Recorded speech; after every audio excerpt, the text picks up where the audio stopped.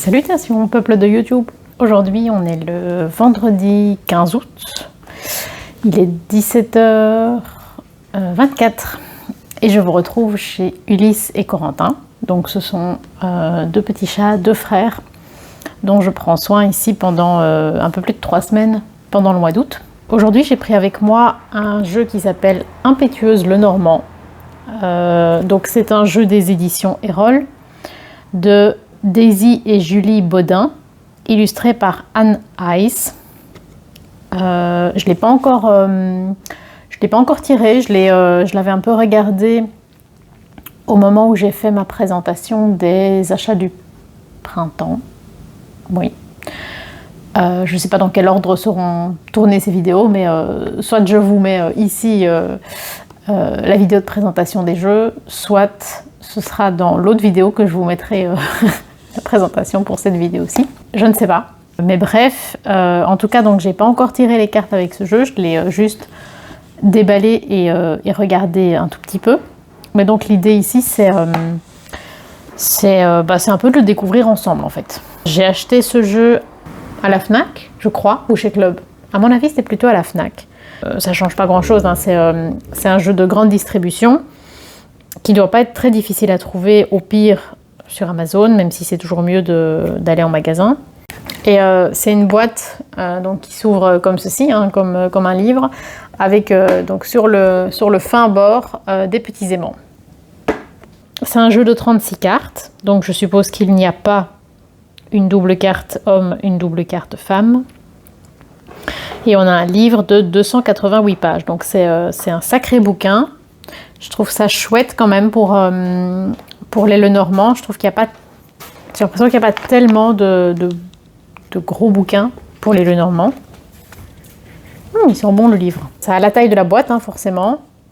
C'est un gros pâté, je crois que c'est une reliure collée. J'ai acheté ce jeu, j'en avais pas du tout entendu parler. Je l'ai vu présenté sur aucune chaîne au moment où je l'ai acheté. Je me suis simplement basée sur les petites illustrations de 4 cartes qu'il y a ici à l'arrière et l'illustration à l'avant. Je trouve les dessins très très jolis. Un peu manga, entre manga et comics.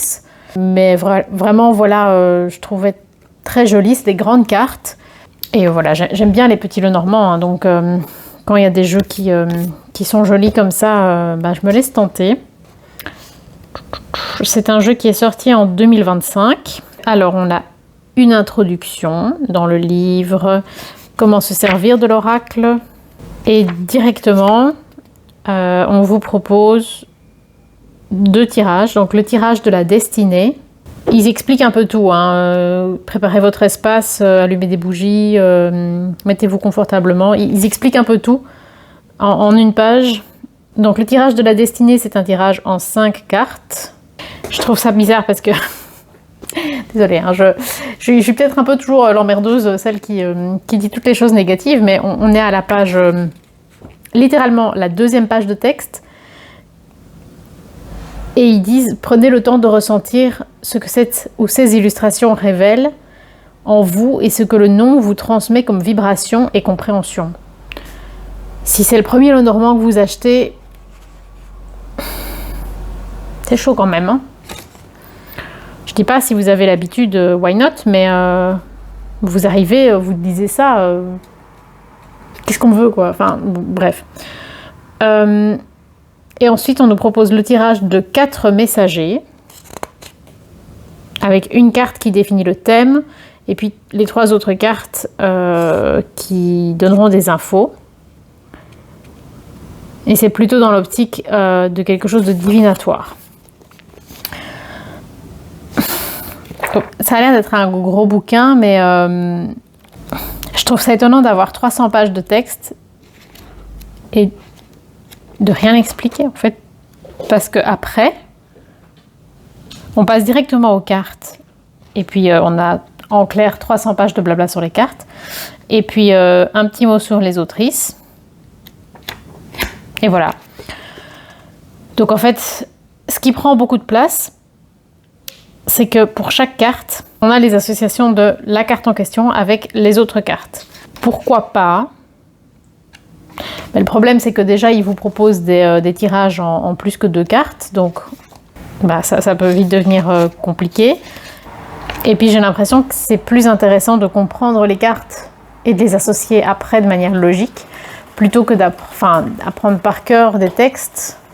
Enfin, avoir autant de textes, ça fait juste que ça vous pousse à apprendre par cœur plutôt qu'à comprendre. Et 300 pages de texte, vous n'allez jamais les retenir par cœur en fait. Donc voilà, je pense pas que c'est la bonne approche, mais je vous montre comment c'est présenté. Donc on a une petite représentation de la carte en couleur avec ce qu'ils appellent la puissance des mots. Donc c'est un ensemble de mots-clés. Le pétillement des présages, c'est une description de la carte, une explication de ce que ça peut représenter. Et puis les synergies éclairées, et alors c'est la carte avec les 35 autres cartes. Je suppose que par conséquent pour eux c'est important l'ordre dans lequel les cartes apparaissent, c'est-à-dire que si c'était pas important, à la dernière carte, on n'aurait aucune association puisque toutes les associations auraient déjà été données dans les autres cartes. Or c'est pas le cas.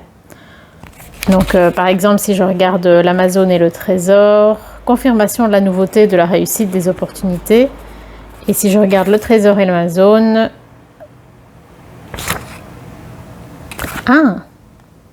si c'est exactement la même chose. Ok. Du coup, ils vous mettent 300 pages de blabla qui se répète littéralement 35 fois.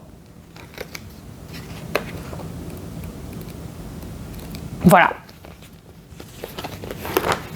Ok. Peut-être que le texte est intéressant.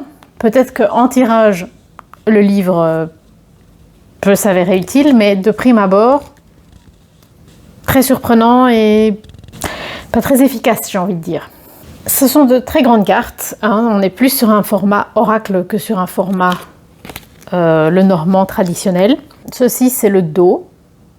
On a des tranches dorées. Moi, mes cartes sont déjà légèrement courbées. Peut-être parce qu'elles sont trop grandes. Elles sont assez souples.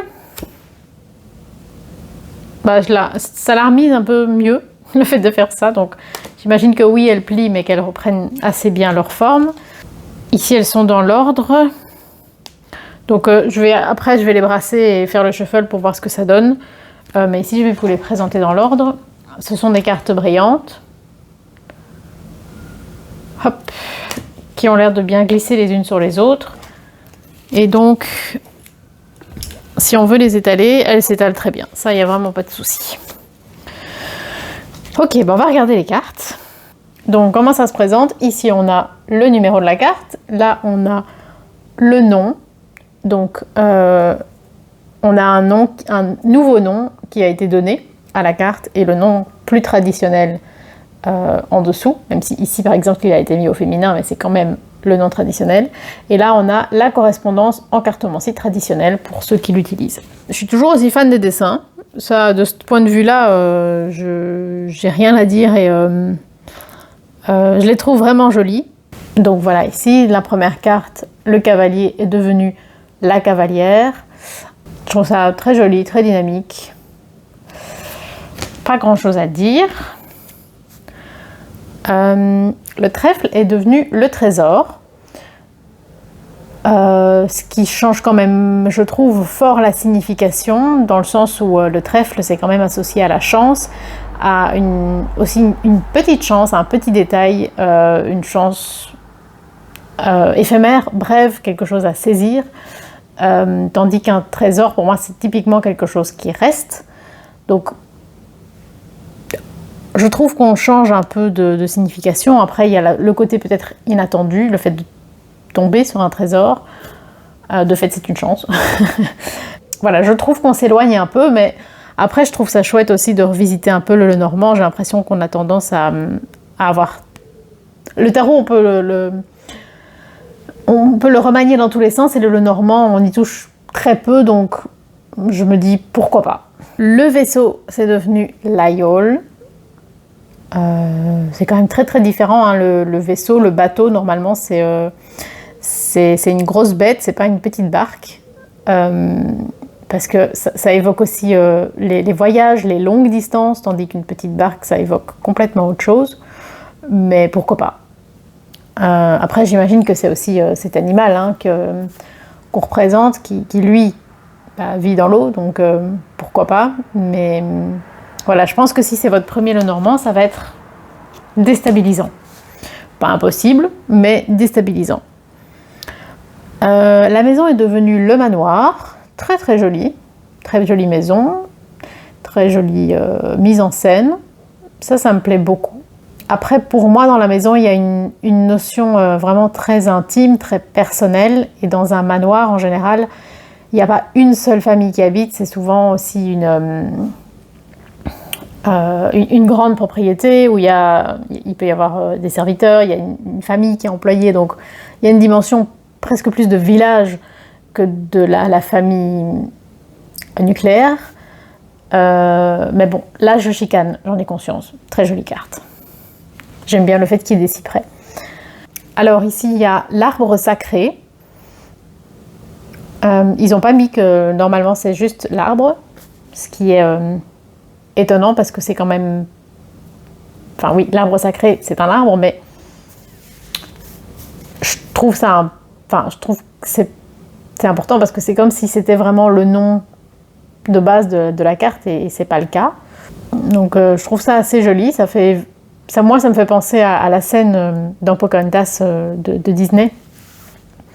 Avec, comment s'appelle-t-elle, Grand-mère Feuillage, c'est ça?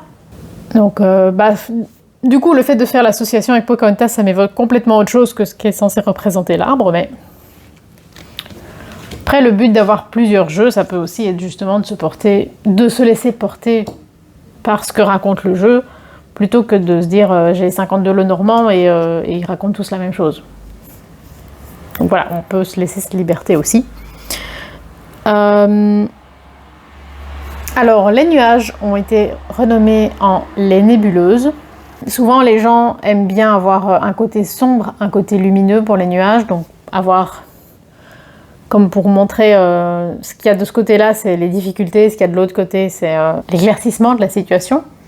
Alors, on peut peut-être imaginer que le personnage regarde vers la situation. Et ça, c'est le côté positif. Et dans le dos, c'est le côté négatif. Ou alors on peut imaginer que ce qu'il y a au-dessus, c'est positif, ce qu'il y a en dessous, c'est négatif, puisque c'est beaucoup plus sombre. Voilà. Après, je trouve... Enfin, c'est joli. La représentation est jolie, mais je trouve que ça brouille un peu les pistes. Si vous avez... Bon, je sais pas si vous allez faire un grand tableau, parce que les cartes sont déjà elles-mêmes très grandes. Mais ça saute pas aux yeux directement que c'est la carte des nuages. On peut confondre avec la femme, on peut confondre avec la lune. Donc, voilà. Je suis hyper négative sur ce jeu. Le serpent, très jolie carte. De nouveau, on a la présence d'une femme, mais pourquoi pas. J'aime bien la mise en scène, j'aime bien le dessin. Après, on a peut-être plus une notion un peu d'être enfermé, plus que la notion de la trahison, de parler dans le dos des gens, etc. Donc, mais bon, je chicane. Alors, le cercueil est devenu le sarcophage. Très jolie mise en scène. Je suis pas sûre de comprendre l'intérêt de l'avoir renommé, mais peut-être que tout ça est expliqué dans le bouquin. Je parle sans connaître. Ça m'intrigue du coup.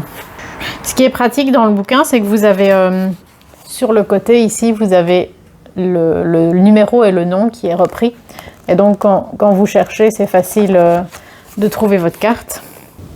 Non, il ne t'explique pas spécialement pourquoi sarcophage plus que cercueil. Peut-être pour avoir quelque chose de plus précieux et de moins effrayant. Au niveau des mots qui sont utilisés, de l'orientation donnée par le texte, on est un peu entre la guidance et le divinatoire. Alors, le bouquet est devenu l'écrin. Pourquoi pas? Parce que c'est vrai que la notion de quelque chose de positif, qui a de la valeur, un cadeau, etc., on peut le repenser, en effet. De nouveau, très jolie mise en scène. Je trouve que c'est des beaux dessins, mais c'est aussi bien imaginé, la manière de représenter les choses. Ça, je peux pas l'enlever. La faux est devenue le fleuret. Et là, d'office, moi, ça me fait penser à Arya Stark dans Game of Thrones. Je trouve que c'est quand même très, très différent parce que la faux, c'est C'est surtout un objet de jardinage, hein. C'est pour couper, soit de jardinage, soit agricole, mais c'est pour couper des plantes.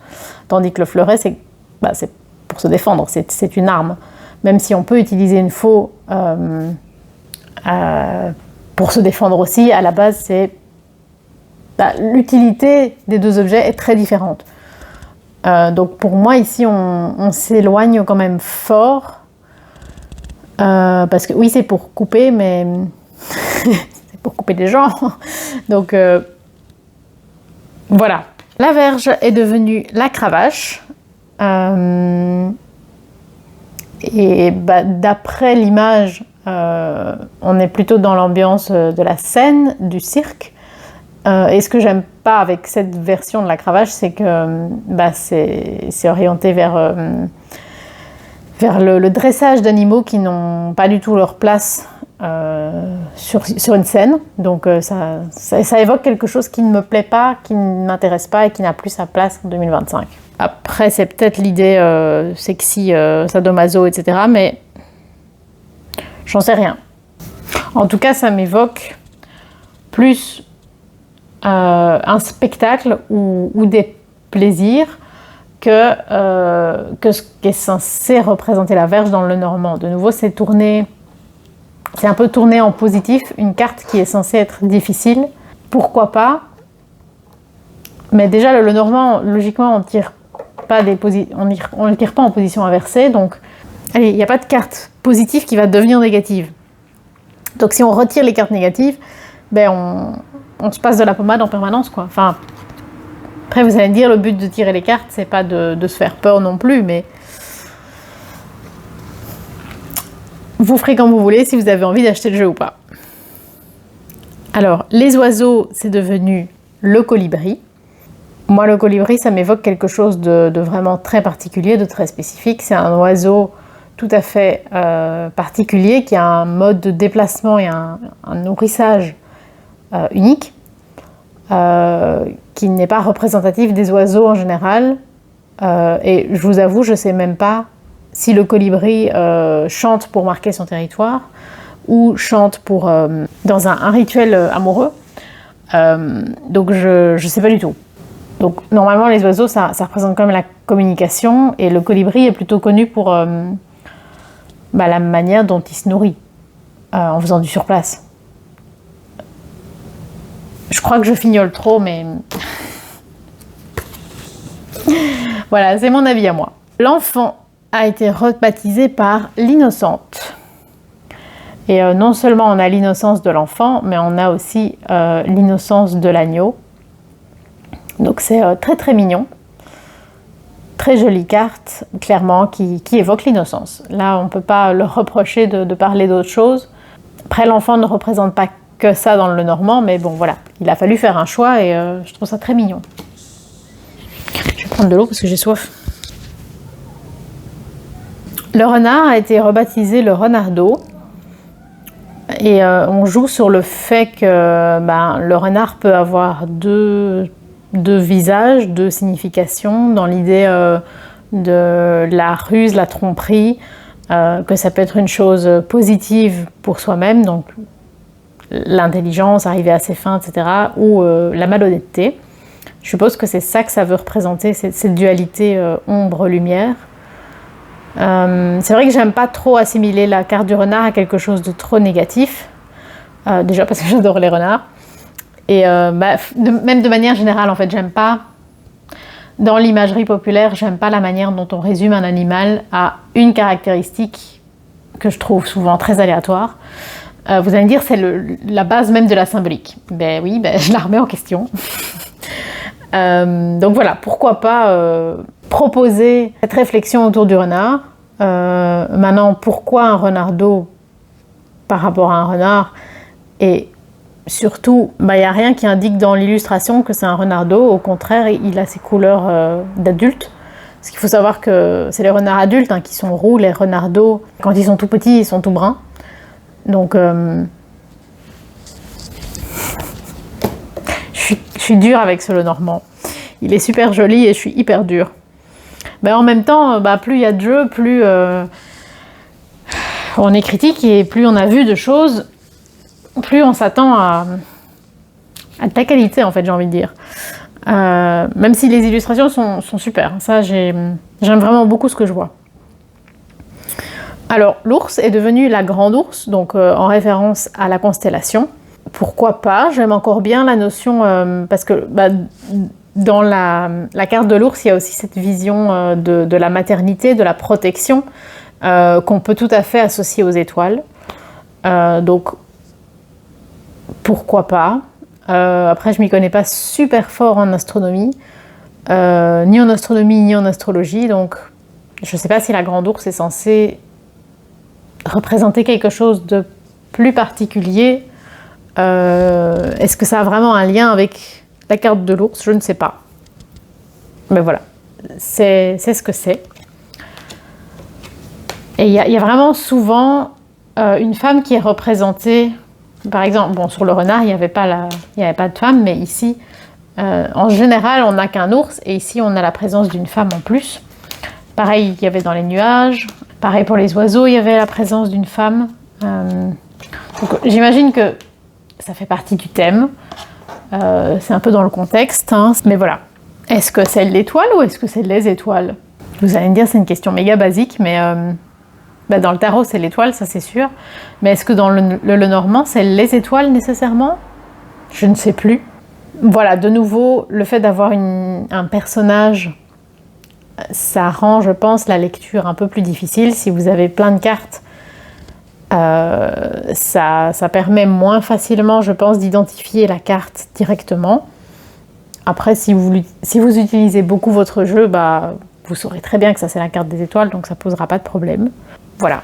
La cigogne est représentée en vol, ce qui est assez inhabituel. En général, on la représente plutôt posée, soit sur un nid, soit sur une patte, c'est rare de la voir en vol.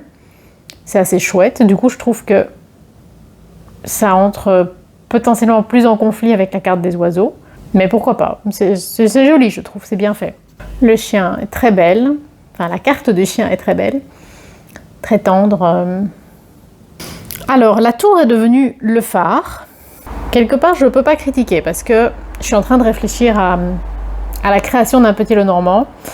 Je ne sais pas si ce sera dans 1 mois ou dans 10 ans. je lance l'info comme ça, mais je ne sais pas ce que j'en ferai, si ce sera juste pour moi ou voilà, j'en sais rien. Mais moi-même, je réfléchis à la création d'un petit Lenormand. Et en effet, dans mon petit Lenormand, le phare représente la tour. En tout cas, c'est l'idée que j'en ai pour le moment.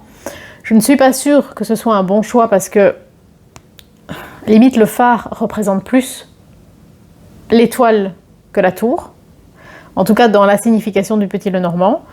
Mais oui, visuellement, c'est sûr que ça donne très bien et je trouve la carte très belle parce que j'adore les phares. Alors, le jardin est devenu l'orangerie avec une très très jolie représentation. Donc, on est dans une serre. Donc, c'est très joli.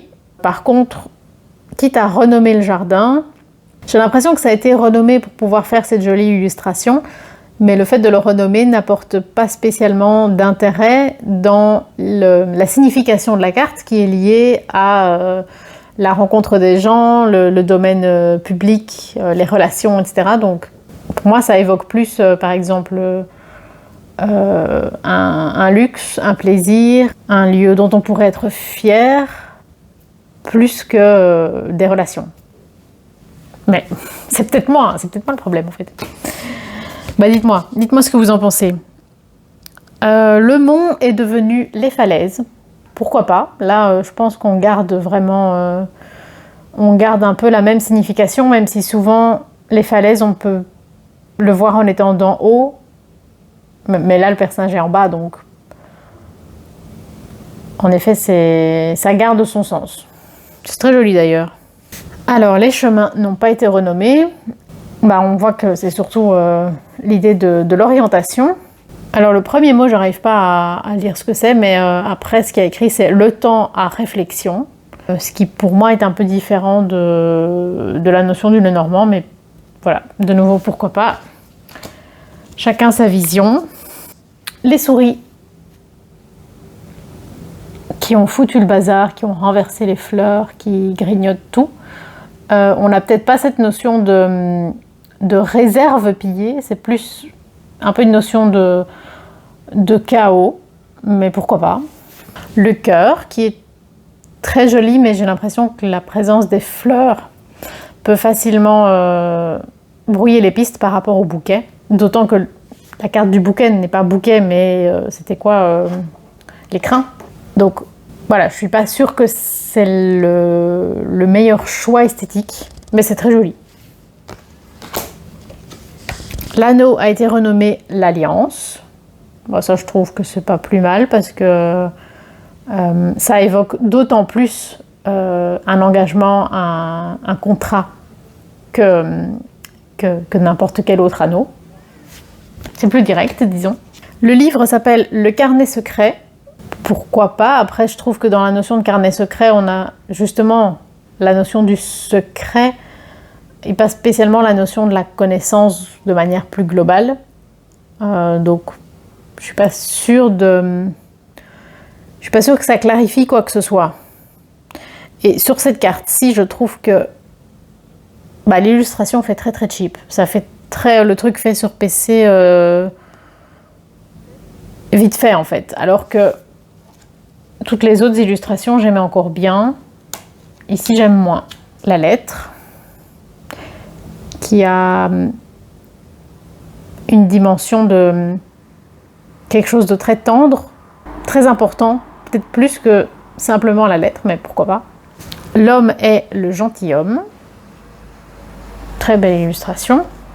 Et la dame n'a pas été renommée, donc on peut les avoir comme ceci ou comme cela. Ils ont tous les deux les yeux fermés, mais bon voilà, on peut se dire qu'ils se font face ou qu'ils se tournent le dos en fonction de comment ils sont apparus. Le lys ou les lys, c'est devenu la fleur de lys. Mais voilà, ça change pas grand-chose. Le soleil. C'est joli, mais de nouveau, je trouve qu'on peut confondre un peu avec la carte de l'étoile. Vous allez me dire, le soleil est une étoile, de fait, mais il ne représente pas la même chose en cartomancie. Ou la carte de la femme. La lune, toujours un peu le même problème. Très joli. J'aime bien la présence de la chouette, mais il n'y a pas de mais. La clé est devenue la clé de voûte. Donc la clé de voûte, c'est l'idée que c'est donc dans l'architecture gothique, c'est le point où les deux arcs les deux parties de l'arc se rejoignent, et au sens figuré, ça représente le point le plus important, la chose sans laquelle rien n'est possible. Donc oui, je vois le lien avec la clé, mais pour moi, on s'éloigne quand même fort. Surtout que dans un petit normand, le but en général est d'être plus concret, plus concret, j'ai pas de meilleur mot. Donc je suis pas sûre que utiliser la métaphore soit le choix le plus pertinent. Je suis dure avec ce jeu, j'en suis désolée. Les poissons, c'est devenu le poisson d'or. Je ne sais pas si c'est lié à une légende ou une fable. Moi, ça me fait penser à la poule aux œufs d'or, mais je ne suis pas sûre qu'il y ait un rapport avec ça. Dans les momies, il y avait une histoire avec un poisson doré qui forcément rapporterait plein d'argent à celui qui le trouverait, mais finalement, le but, c'était juste d'avoir la chance de l'observer. Mais c'était toute une aventure pour aller le voir. Mais pourquoi pas? C'est vrai que ça fait peut-être plus comprendre facilement. Là, c'est plutôt l'inverse. C'est... le fait de renommer, ça permet d'être un peu plus direct sur la signification de la carte. L'encre, je trouve que la présence de la sirène est surprenante parce que ce qui compte pour l'encre, c'est ce que ça représente pour le bateau qui justement fixe le bateau à un endroit, et finalement la sirène, elle n'est pas du tout fixée. Donc, je suis pas sûre de l'intérêt de cet ajout. La croix, j'aime énormément. Je trouve que c'est magnifique dans la mise en scène, dans le traitement. C'est très tendre aussi, ça fait un peu penser à la carte de l'ermite, puisque le personnage porte une lanterne. Ça fait penser au recueillement. Donc ça allie ce que représente la croix dans la difficulté, le deuil, la tristesse. Ça l'allie aussi à la notion de la foi, puisque dans le Lenormand, on peut voir la carte de la croix de manière différente. Ici, j'ai l'impression que ça, du coup, on est un peu entre les deux. Magnifique. Vraiment, ça, j'aime beaucoup.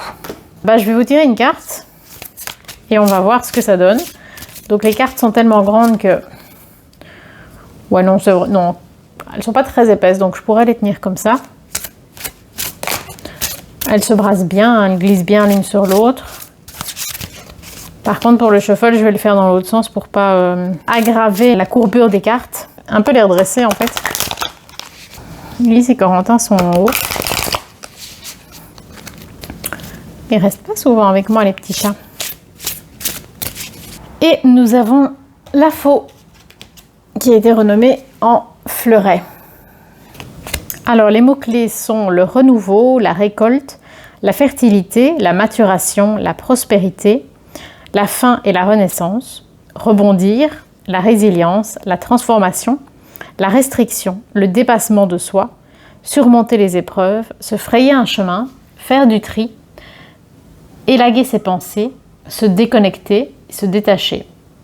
Avec la notion de dépassement de soi et de se frayer un chemin, je comprends mieux le choix du fleuret plutôt que de la faux. Après, je trouve qu'on s'éloigne quand même beaucoup. Mais voilà, ça c'est mon point de vue. À voir si vous, ça vous inspire ou pas. Alors, le pétillement des présages nous dit « Pour vivre le renouveau et s'ouvrir à une nouvelle direction, une nouvelle vie, il y a forcément des fins, des renoncements, des départs, qui seront plus ou moins confortables, mais qui seront salutaires sur le long terme. Avec le fleuret, il n'est pas toujours aisé de voir les bénéfices des situations compliquées ou douloureuses dans un premier temps. Cependant, en ayant foi en la vie et en écoutant votre être profond, vous sentez qu'il est un cadeau précieux pour votre évolution et votre futur bonheur. Comme toute récolte, il est bon de savoir séparer le bon grain de l'ivraie. Des pertes financières, des licenciements ou pertes de contrats, des fins de projet amènent à l'exploration d'autres activités, d'autres rencontres, de nouvelles voies plus prometteuses. Même la sphère sentimentale ou le domaine de la santé peuvent être impactés par l'arrivée d'une cassure, d'une rupture ou de problèmes impactant votre bien-être et votre équilibre. Cette passe difficile vous offrira aussi des messages, des sagesses et des solutions grâce à votre compréhension et à votre confiance en vous-même et en la vie. Soyez déterminés et renoncez pas à ce qui vous est le plus cher. Pourquoi pas ? Mais par exemple, la dernière phrase, donc soyez déterminés et ne renoncez pas à ce qui vous est le plus cher, de manière générale, c'est un très bon conseil, mais dans le contexte de ce que représente la faux, pour moi justement, la faux, c'est le principe que c'est la fin. Donc il y a aussi la notion de peut-être qu'il faut accepter que c'est la fin. Et cette phrase propose l'inverse, en fait, quelque part de ne pas accepter, de rester sur son objectif premier et de s'accrocher malgré les difficultés. Et ça, je l'aurais plutôt associé au mont, par exemple. Donc voilà, à voir ce qu'il propose au fil du temps. Je suis loin d'être convaincue, mais à voir. Et j'aimerais bien vous lire quand même l'association avec une autre carte. Donc je vais tirer une deuxième carte et on va lire l'association avec elle. Et nous avons les chemins. Hop. Donc c'est le fleuret avec les chemins. Accident de la route, prendre une décision ferme, éliminer un choix, séparation, arrêter de tergiverser, ne pas avoir le choix, aventure dangereuse, planification interrompue, itinéraire forcé, déviation, être à un carrefour de sa vie. Je trouve que les associations de deux cartes entre elles, je reconnais beaucoup plus la signification du Lenormand avec cette proposition d'association qu'avec la description de la carte seule. Vous allez me dire, justement, le Lenormand, ça se tire, c'est rarement une carte seule, c'est souvent les cartes ensemble. Donc oui, de ce point de vue-là, ça peut tout à fait avoir une logique. Voilà. J'espère que cette présentation vous aura plu et peut-être vous aura été utile pour voir à quoi ressemble ce jeu et essayer de voir s'il peut vous plaire ou non. Sur ce, c'est tout pour moi aujourd'hui. J'espère que ça vous a plu. N'hésitez pas à liker, à commenter, à vous abonner. Et Ulysse, Corentin et moi, on vous souhaite longue vie et prospérité.